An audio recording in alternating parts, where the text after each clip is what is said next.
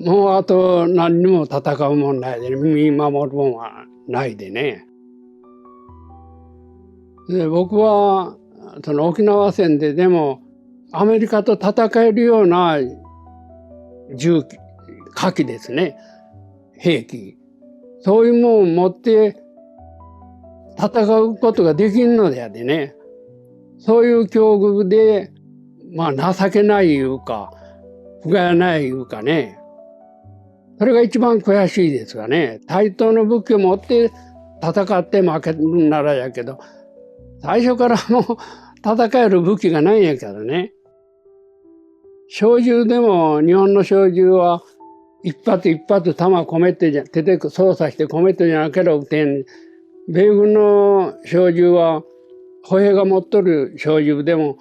30発入った弾倉をカチャンとつけて引き側に引いたら30発パパパパパーっと出ていく。で、日本の小銃で一発撃って、で、薬莢だやって言って次の弾込めて、やりおる間に弾倉2つ変えたら60発の弾が出るぐらいな差があるんやでね。小銃一つでもそれだけの差があるんで、それを大砲にしても戦車にしても。日本も陸軍には戦車隊はあったらしいですけど、戦車隊が出たけど、日本の戦車は軽トラックぐらい。アメリカの戦車は土木さんが頼るようなダンプカーの大型のぐらいの差が大きさでだけでもあるんでね。で、一回戦車隊が出て出動して戦車と対戦しとるらしいです。ところが日本の戦車が射程距離に近づくまでに向こうの距離からは戦車が大きいし大砲も大きいから距離長く飛ぶで、射程距離入るまでにも戦車やられてしまってね、全く戦闘にならなんだいう、後で聞く話ですけどね。それくらいもう、装備に差があるからね。で、僕はこれにも、体験記にも書いてますけど、後書きで、沖縄の戦争については、戦国時代に戦国の武将が今の自衛隊と戦うぐらいな差はあった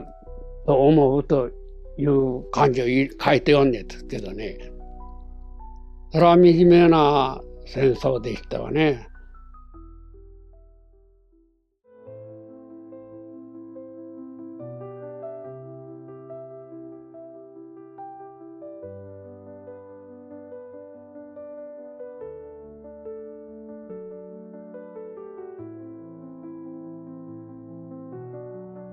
それは沖縄で戦った人全部そういう悔しい思いをしておりますがね。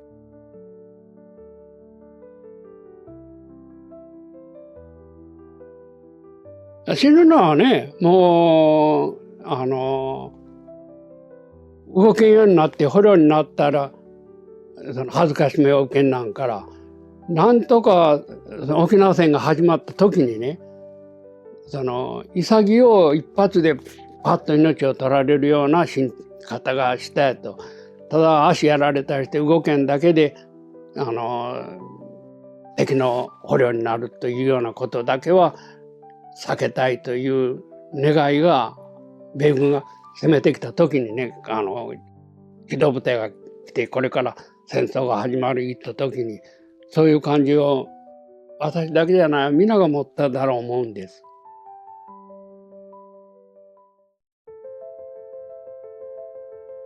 はい、沖縄の人は32軍が来てくれたいうことでね、喜んで、もうこれで沖縄は戦争が来ても大丈夫じゃということで、もう大歓迎で協力してね、兵隊の受け入れなんかも学校の校舎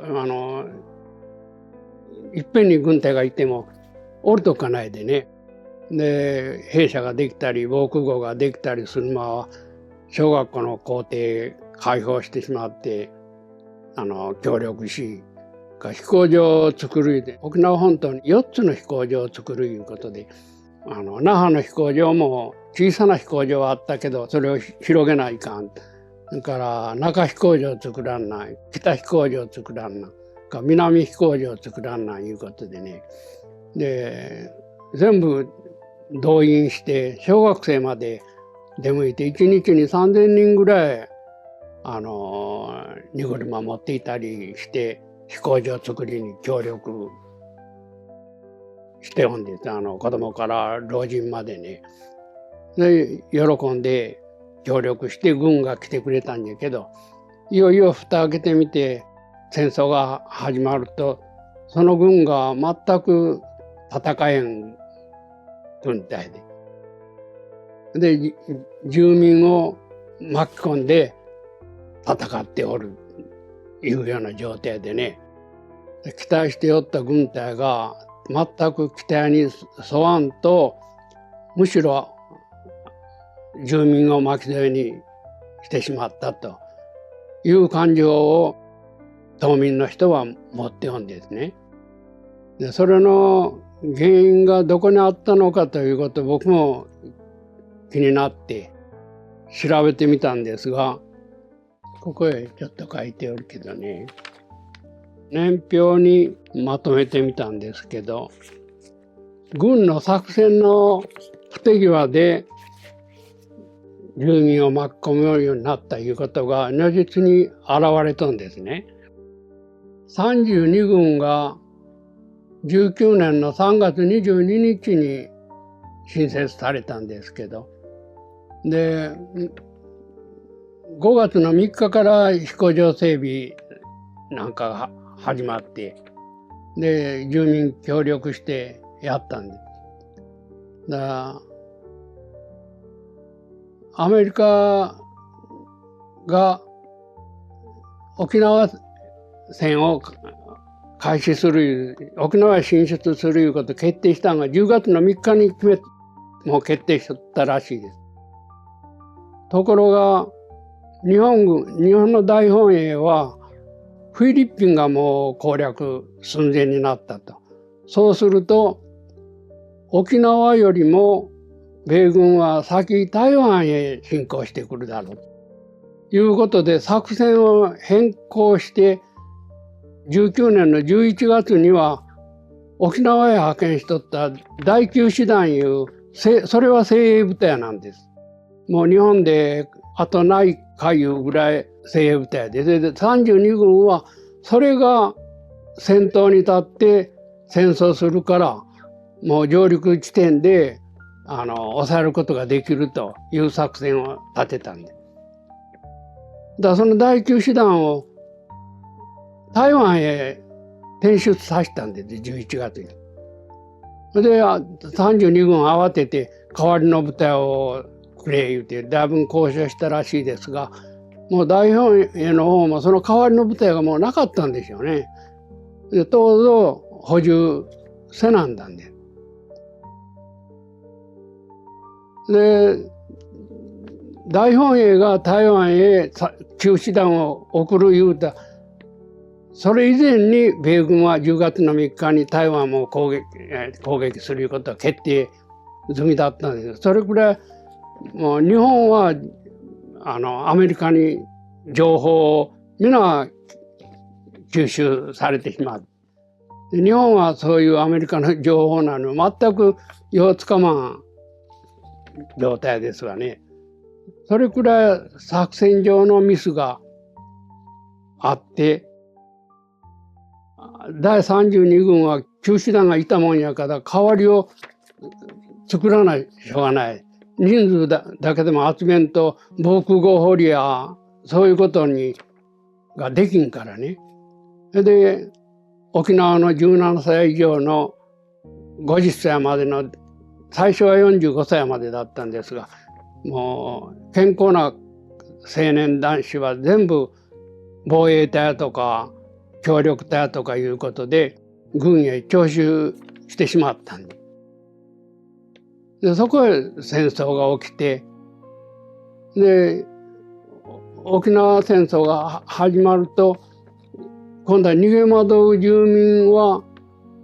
女の人が子供抱えたりしながらおじいさんおばあさん連れてで食料を確保したりするのを皆女性がせんなんような状態で戦場をさまよるのもその男子がもうおらんからね、そういうことで逃げ惑う状態になってしまってね、もちろん兵隊にも取られた男性も犠牲者が出るし、家におった住民もお母さん女の人やおじいさんおばあさん子供も戦争に巻き込まれて今度は死んでいくというようなことで、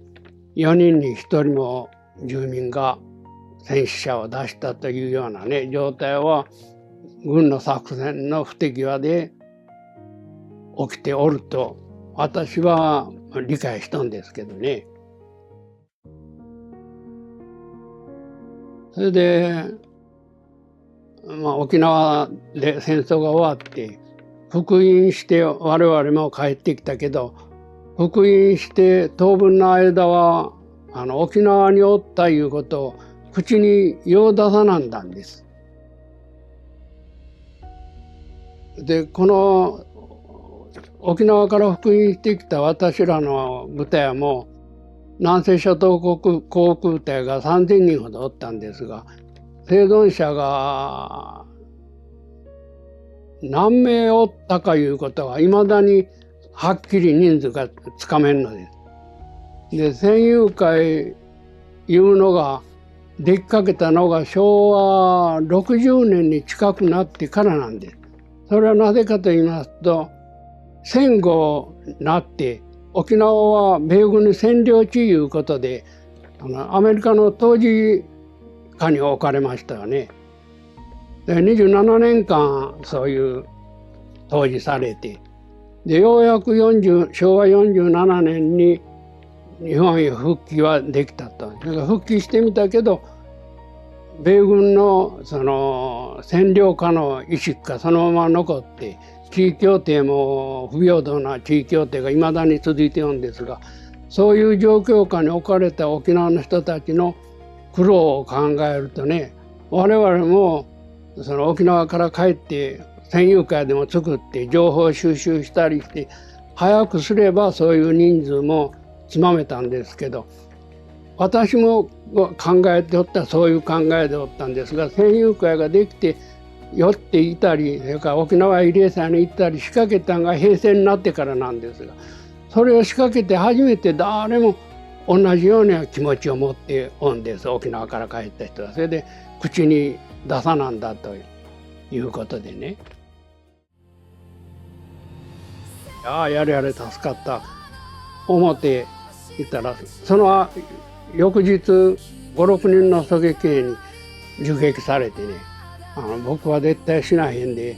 君も頑張って帰らなあかんと、生きて帰れよ言ってね。で矢原参謀に我々が最後じゃ僕についてこい言われてね。